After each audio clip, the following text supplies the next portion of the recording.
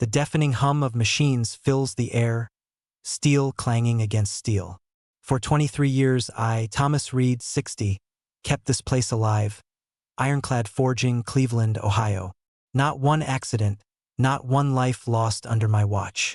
But one morning, they handed me a cardboard box, a limp handshake, and a half-baked pension promise.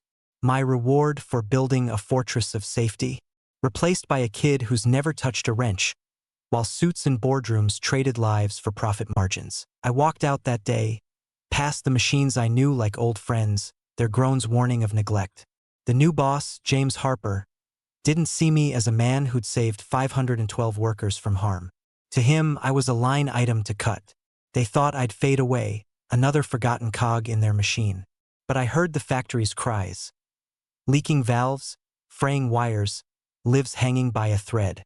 I wasn't done. Not with the workers I'd sworn to protect. Not with the legacy I'd built. In my darkened living room that night, staring at scuffed steel-toed boots, I made a vow. No fists, no screams. Just cold, hard truth. Their greed would be their undoing, and I'd make sure of it. The machines were talking, and I was listening. If stories of grit and justice move you, hit that subscribe button to join our journey. How do you walk away from a place that's your blood and bone, and the people who betrayed it? The faint lapping of Lake Erie's waves drifts through the night, a soothing rhythm for Thomas Reed, 60, as he sits on the porch of his modest Cleveland home.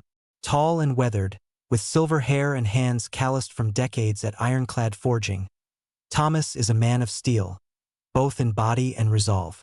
His piercing blue eyes catch every detail. A loose porch board, a flickering streetlight, just as they once spotted a misaligned gear or a frayed cable on the factory floor. At Ironclad Forging, a sprawling plant forging steel components for America's railroads, Thomas wasn't just a foreman. He was the heartbeat. For 23 years, he ensured 512 workers went home safe. His safety protocols a shield against the chaos of molten metal and grinding machines. Thomas is no charmer. Gruff and unyielding, he demands precision, but his fairness earns loyalty. Workers call him Iron Reed, half in jest, half in awe, for fighting for their overtime pay or new respirators when management balked. Yet beneath the stoic exterior lies a man haunted by absence. His wife, Emily, left 15 years ago, taking their daughter, Lily, now 26, to Seattle. The divorce wasn't loud, no shouting matches, just a quiet unraveling. Emily wanted a life beyond the factory's shadow. Thomas couldn't leave it. Lily was 11, her tearful goodbye etched in his memory. "Why don't you come with us, Daddy?" she'd asked. He had no answer then, and the silence has grown since. Thomas writes letters to Lily, pouring out his pride in her art school graduation, her first gallery show. But they pile up, unsent, in a drawer. He fears his words, clumsy, work-worn, won't bridge the gap. Once, she called, her voice bright but distant. "I'm fine, Dad. Just busy." He heard the unspoken. "You chose the factory over me." The pain festers, unspoken, like the guilt over missing her school plays, her birthdays. The factory became his refuge, his family. He memorized every machine's hum, every worker's name, their kids' dreams. When Carl, his mentor, retired, Thomas took the foreman's helm, vowing to honor his father's words. "Leave a mark, Thomas. Build something that lasts." His father, a blacksmith, died young, lungs ruined by coal dust. Thomas swore his workers would never suffer like that.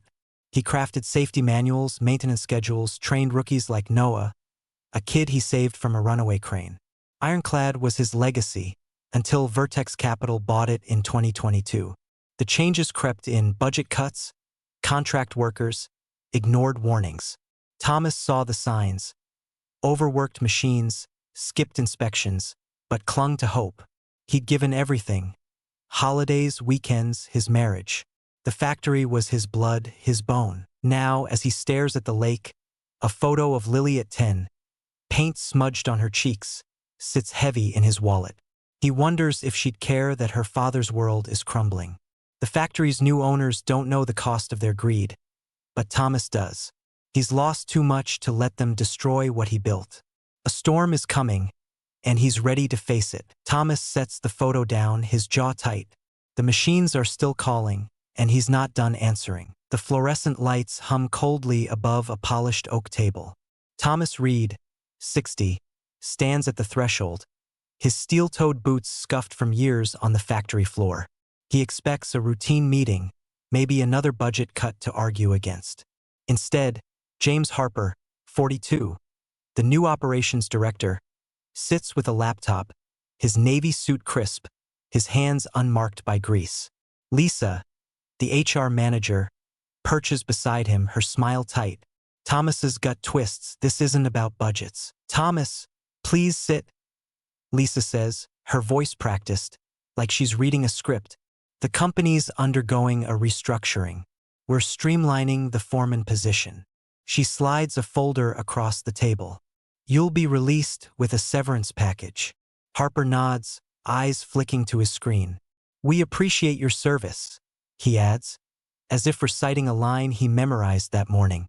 Thomas opens the folder. 2 weeks' pay, half his pension up front, the rest in dribbling monthly checks. No explanation, no warmth. His replacement, Ryan Mitchell, 28, a business school grad with no factory experience, starts tomorrow. The words hit like a sledgehammer, but Thomas doesn't flinch. His face is stone, blue eyes unblinking, though his pulse thuds in his ears. 23 years. 512 workers safe under his watch. He built the safety protocols, trained every soul on that floor, knew the machine's every whimper. Now, it's reduced to this, a folder with a logo he doesn't recognize, changed without his knowledge. A memory surges. Lily, his daughter at 10, her paint-splattered hands clutching a drawing of the factory. This is where Daddy keeps people safe, she'd said, beaming. He'd framed it, hung it in his office. Still there, behind the desk, Ryan will claim. I understand, Thomas says, his voice low, steady, though it feels like swallowing glass. Harper shifts, expecting more, a protest, a plea. Lisa's smile falters, her pen tapping nervously. Thomas closes the folder, fingers tracing the edge. He sees his father's face, worn by years at the forge, whispering, "Don't let them break you, son." He won't give them the satisfaction of seeing him crack. Thomas moves methodically, packing his life into a cardboard box. The photo of Lily, her childhood drawing, a worn notebook of maintenance logs. His hands linger on the drawing, Lily's crayon lines faded but vivid in his mind. He'd promised her he'd always protect the factory, a vow he kept even as she drifted away. Now it's slipping through his fingers. He doesn't shout, doesn't curse. His jaw clenches, the only sign of the storm inside. Thomas loads the box into his truck, the factory's smokestacks looming behind. Workers glance his way, their faces a mix of shock and fear, but none approach. Harper's already watching. Thomas drives off, taking the long route past Lake Erie. The waters glint a fleeting comfort. At home, he dials Carl, his retired mentor. They kicked me out, Thomas says, voice raw. Bastards. Carl's voice crackles through. You gonna fight? Thomas stares at his boots, grime etched into the leather. They'll learn what they lost. Soon. In the dark, Thomas sits, the box unopened beside him. Lily's drawing haunts him, her pride in his work, now tainted by betrayal. He doesn't cry, but his hands grip the armrests, knuckles white. Vertex Capital thinks they've won, but they've awakened something in him. The factory's pulse still beats in his chest, and he's not done fighting for it. If you're gripped by stories of loyalty and betrayal, hit that subscribe button to join our community. The glow of a laptop screen casts shadows across Thomas Reed's weathered face. His Cleveland home is silent, save for the distant murmur of Lake Erie. The cardboard box from Ironclad Forging sits unopened, a reminder of betrayal. Thomas, 60, isn't broken, he's hunting. He sips black coffee, eyes scanning emails from Elena, a trusted veteran worker. She's risked her job to smuggle internal reports, and what Thomas finds chills him. Vertex Capital, Ironclad's owners, planned to act senior foreman like him a year ago, replacing them with cheaper, Inexperienced grads like Ryan Mitchell, 28, Harper's new golden boy and a board member's nephew. Thomas digs deeper, cross-referencing his old maintenance logs.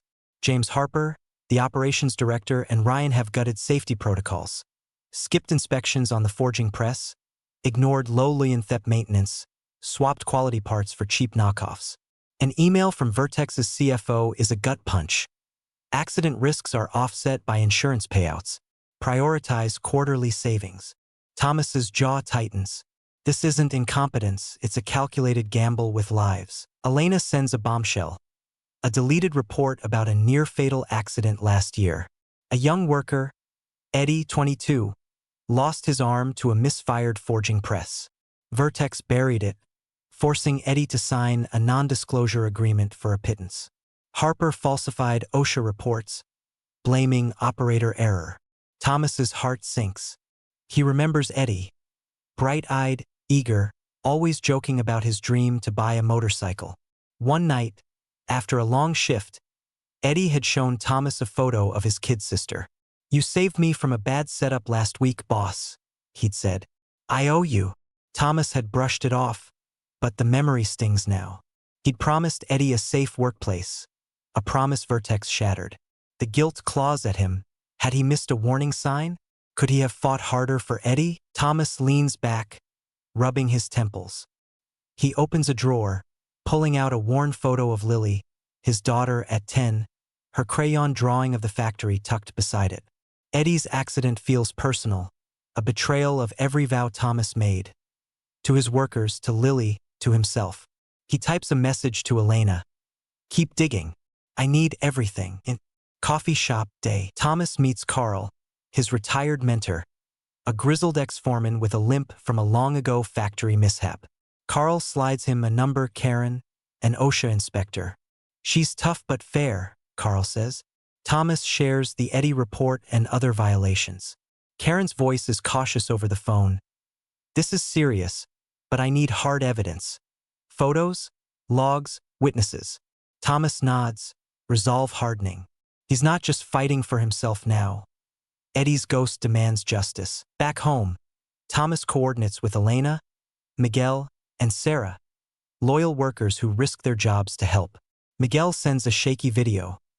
The low leuanthep leaks gas, its pressure valve corroded. "This'll kill someone," he whispers. Thomas's blood runs cold. He thinks of Noah, a young worker he mentored, now under Ryan's thumb.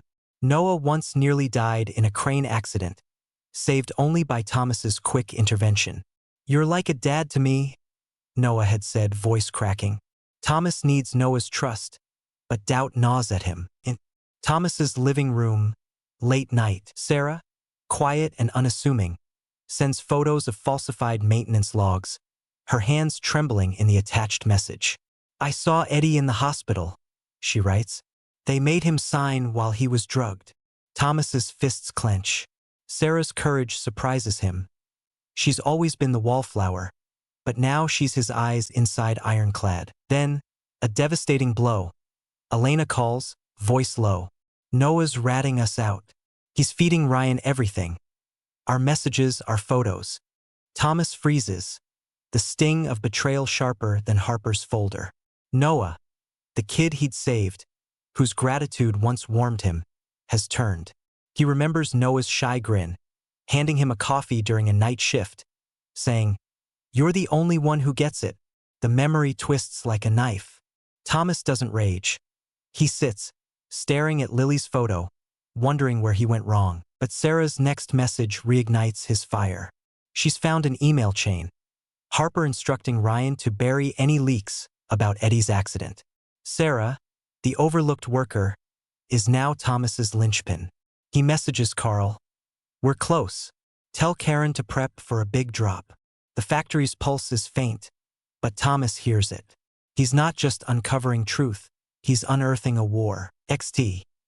Lake Erie shore dawn. Thomas stands by the water, the horizon gray. Eddie's accident, Noah's betrayal, Vertex's greed. They weigh heavy, but he's not done. Lily's drawing flashes in his mind, her voice echoing, "Daddy keeps people safe. He won't let her down again." The clock ticks past midnight, its rhythm drowned by the clatter of Thomas Reed's keyboard. His Cleveland home is a war room now. Files strewn across the table, a map of ironclad forgings layout pinned to the wall. At 60, Thomas is no longer just a foreman.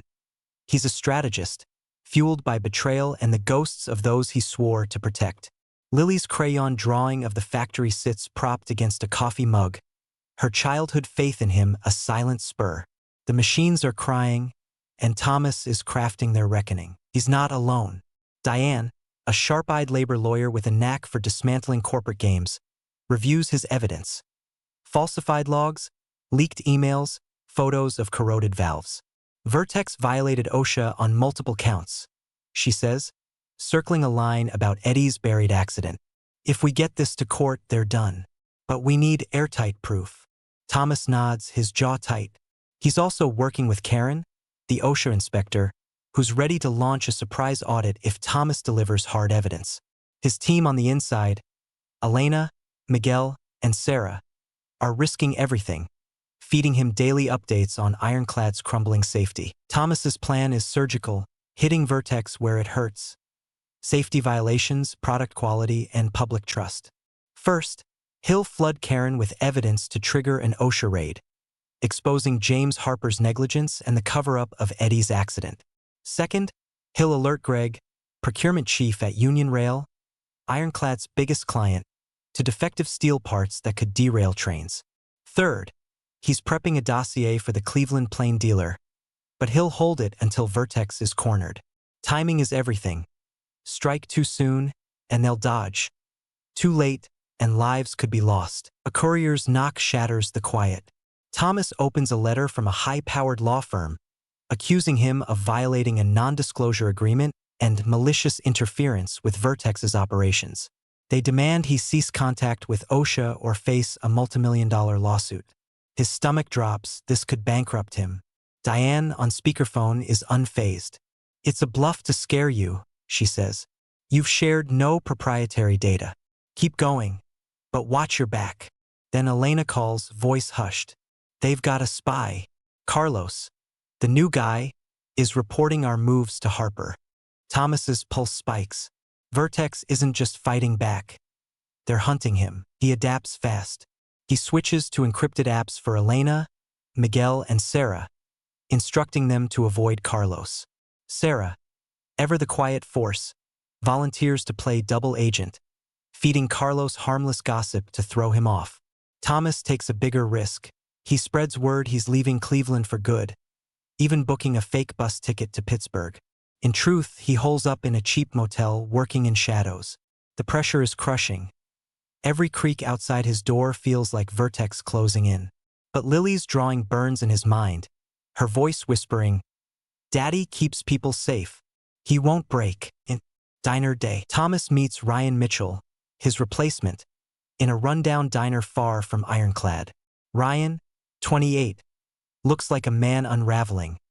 Hair disheveled, eyes bloodshot. The plant's a mess, Ryan admits, stirring his coffee. Machines failing, workers pissed, Harper screaming about quotas. Thomas leans in, voice calm but steel-edged. You're in over your head, kid. Document every order Harper gives you, every skipped inspection, every denied repair. Or you'll be the fall guy when this blows up. Ryan hesitates, guilt flickering in his eyes. 2 days later, a USB arrives at Thomas's motel. Emails and recordings of Harper ordering safety cuts, even mocking Eddie's accident. Ryan's in. Digging through Ryan's files, Thomas uncovers a gut-wrenching truth. Harper was his protege a decade ago. Thomas mentored him, vouched for his promotion, shared beers after long shifts. Harper's betrayal isn't just corporate. It's personal. The memory stings. Harper, young and eager, saying, "You're the best boss I ever had." Now he's trading lives for bonuses. Thomas doesn't dwell, he channels the pain into focus. Sarah, the unlikeliest hero, becomes his cornerstone.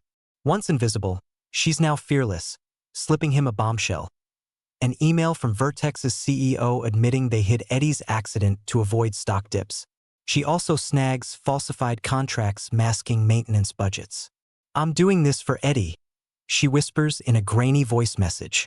Thomas marvels at her courage, a quiet worker turned warrior. He messages Carl, "Sarah's our ace. We're almost there." Thomas lays out his final moves. He sends Karen a detailed package. Photos, videos, Ryan's recordings, Sarah's contracts. He calls Greg at Union Rail, sharing images of flawed steel. "Your trains could derail," Thomas warns. Greg orders an immediate audit. The plain dealer dossier is ready, but Thomas holds it, waiting for the perfect moment. Vertex's legal threats loom, Carlos's shadow lingers, but Thomas is a step ahead. He fakes a call to Elena, loud enough for Carlos to overhear, about giving up. In reality, he's tightening the noose. Thomas loads his truck, eyes scanning for watchers. The factory's hum echoes in his mind. A call to battle. He's not fighting for revenge. It's for Eddie, Noah, Sarah, and the workers he swore to protect. For Lily, whose faith he's reclaiming. If you're inspired by battles against injustice, smash that subscribe button and join our fight for truth. In Ironclad Forging, Factory Floor, Day. The factory is a graveyard of silence. The low Luyen Thep still smoldering from a small explosion that, miraculously, injured no one. Machines stand idle, their once deafening hum replaced by the murmurs of shaken workers. Thomas Reed, 60, strides through the chaos, his steel-toed boots echoing on the concrete. His weathered face is calm, almost serene, but his blue eyes burn with purpose. Behind him, Elena, Miguel, and Sarah, his loyal crew, follow, their expressions a mix of fear and defiance. The air is thick with tension. Ironclad Forging is on the brink, and Thomas holds the match. James Harper, 42, stands near the ruined low Luyen Thep, his navy suit now rumpled, his face pale. He's barking orders at shell-shocked workers, but his voice lacks its usual swagger. Ryan Mitchell, 28, hovers nearby, eyes darting nervously. The explosion was the final straw, a preventable disaster caused by neglected maintenance, exactly what Thomas warned against. Now the vultures are circling. In factory office moments later, Thomas enters, carrying a tablet loaded with evidence. Harper turns, his bravado crumbling. "Reed, thank God you're here," he says, voice strained. "We need you. Consultant, $400 an hour. Fix this mess." Thomas sets the tablet down, his movements deliberate, like a predator sizing up prey. He's not here to save Harper. He's here to bury him. "I'll fix it," Thomas says, voice low. "But on my terms." He lists his demands. Elena, Miguel, and Sarah join him. Full control over repairs. Access to all maintenance records. Harper hesitates, then nods, desperation overriding pride. Thomas's calm is unnerving. A storm held at bay. Thomas inspects the damage, his hands tracing the corroded pressure valve. Rusted, ignored, a death trap. He sees Eddie's face, the kid who lost his arm to a similar failure, buried by Vertex's lies. The memory fuels him, but he stays focused, directing Miguel to source quality parts, Elena to document every flaw. Sarah, quiet but steely, hands him a USB, more falsified logs, courtesy of her covert work. Thomas turns to Harper, who's hovering, sweat beading on his brow. "This valve," Thomas says, holding up the rusted piece, "failed because you ignored my schedules, just like you buried Eddie's accident." Harper flinches, eyes wide. Thomas steps closer, voice steady as granite. "I sent a report to Vertex Capital, OSHA, Union Rail, and the Cleveland Plain Dealer. Every cut you made, every lie about Eddie, every defective part shipped, it's all there." Harper stammers, his polished facade cracking. "You can't do this. I was following orders." Thomas's gaze is unyielding, cutting through the excuses. "You were my student, James. I taught you to put people first. You chose profit over lives. Eddie's arm, Noah's trust, my legacy." His words land like blows, each one stripping Harper bare. "You betrayed us all." Word spreads fast. Workers gather, whispering as OSHA inspectors swarm the plant, clipboards in hand. Karen, the lead inspector, nods to Thomas. She's seen his evidence, including Ryan's recordings and Sarah's contracts. The audit is brutal, uncovering violations that could shutter Ironclad. Greg from Union Rail arrives, furious, announcing a $60 million contract cancellation over defective steel. The Cleveland plane dealer breaks the story online. Ironclad Forging's negligence risks lives, hides workers maiming. Vertex's stock plummets 15% by noon. In conference room day, Harper is summoned to a tense meeting with Mark Evans, Vertex's new operations chief, flown in to clean up. Thomas is there, invited as a consultant, his presence a silent indictment. Elena, Miguel, and Sarah stand behind him, a united front. Harper tries to deflect, blaming outdated equipment and unforeseen issues. Thomas slides his tablet forward, displaying an email from Vertex's CEO. Hide the accident. Stock prices come first. Evans's face hardens. You're done, Harper. Harper's mouth opens, but no words come. He looks at Thomas, expecting rage, but finds only calm resolve. This factory was my blood, Thomas says, voice measured. You gambled with it. Now you pay. Harper is escorted out, his career in ruins. Ryan, humbled, remains, demoted but spared, his evidence saving him from the chopping block. XT. Factory floor, later. The workers surround Thomas, their gratitude unspoken but palpable. Elena grips his arm, eyes wet. You saved us, boss. Miguel claps his shoulder, and Sarah, ever quiet, offers a rare smile. Thomas nods, his heart heavy with Eddie's memory but lifted by their trust. He's not their foreman anymore, but he's their shield. In Thomas's motel room, night. Thomas watches the news. OSHA slaps Ironclad with $2.5 million fine. Criminal probe launched. The plane dealer names Eddie, giving him the justice Vertex denied. Thomas exhales, the weight of months lifting, but not gone. He opens his laptop, drafting an email to Lily. I fought for what mattered. I hope you're proud. He hits send, a step toward mending what's broken. XT. Lake Erie cabin, dawn. The first light of dawn glints off Lake Erie, casting a golden sheen over a small wooden cabin. Thomas Reed, 60, stands on the porch, a mug of coffee warming his calloused hands. His silver hair catches the breeze, and his face, once etched with tension, now carries a quiet peace. The scars of Ironclad Forging linger. Eddie's lost arm, Noah's betrayal, James Harper's fall. But they no longer define him. Thomas has rebuilt, not just a life, but a legacy. He's no longer the foreman, yet he's never far from the factory. 3 days a week, Thomas consults at Ironclad, under Mark Evans, the new operations chief.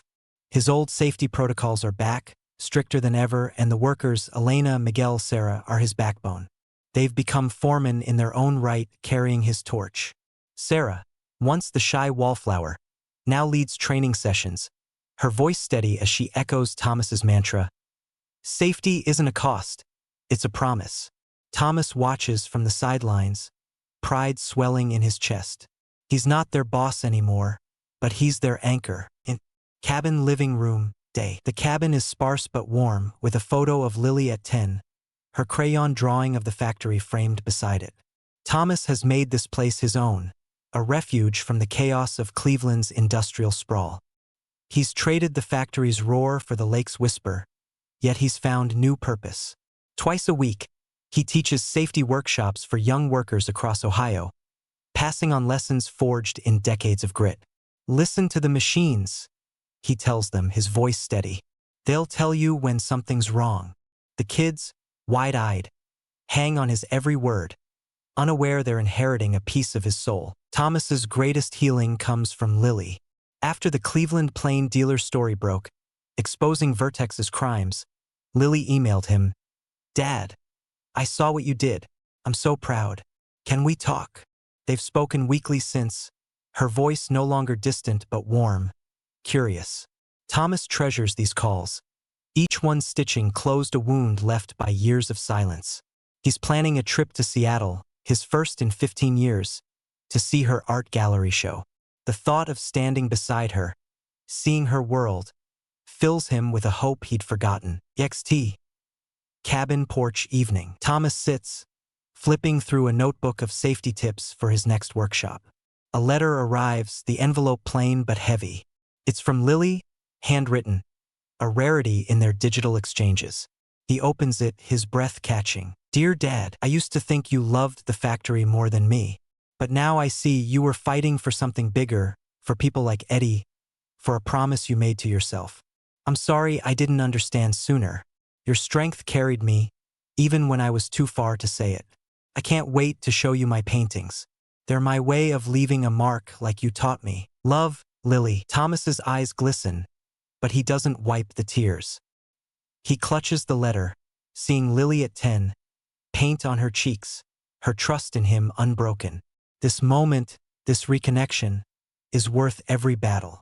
He slips the letter into his wallet, next to her childhood drawing, a vow to never let distance divide them again. In cabin night, another email pings, James Harper. Thomas hesitates, then opens it.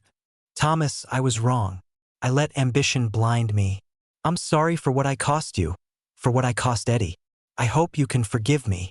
Thomas stares at the screen, his face unreadable. Harper's words are sincere, but they can't undo the past.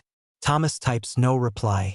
He's forgiven, silently, but some bridges stay burned. Eddie's justice, secured through the OSHA probe, is enough. XT. Community Center Day. Thomas stands before a group of young workers, his voice resonant as he shares stories of Ironclad's fall and rise. You're the future, he says. Build something that lasts, something that saves lives. A young woman, barely 20, raises her hand. Mr. Reed, how do you keep going after losing so much? Thomas pauses, seeing Lily's face, Eddie's smile. You don't stop, he says softly. You leave a mark, no matter what they take. If Thomas's journey of redemption inspires you, hit that subscribe button to join our community of storytellers. XT. Lake Erie Cabin Sunset. Thomas walks to the water's edge, the lake reflecting a fiery sky. The factory's hum is faint now, but its pulse lives in him. He's not the man who walked away with a cardboard box. He's the man who fought for what mattered. For Eddie, for his workers, for Lily, for himself. Fade out. The world may strip you bare, but it cannot erase the mark you leave. Build what endures, stronger than time.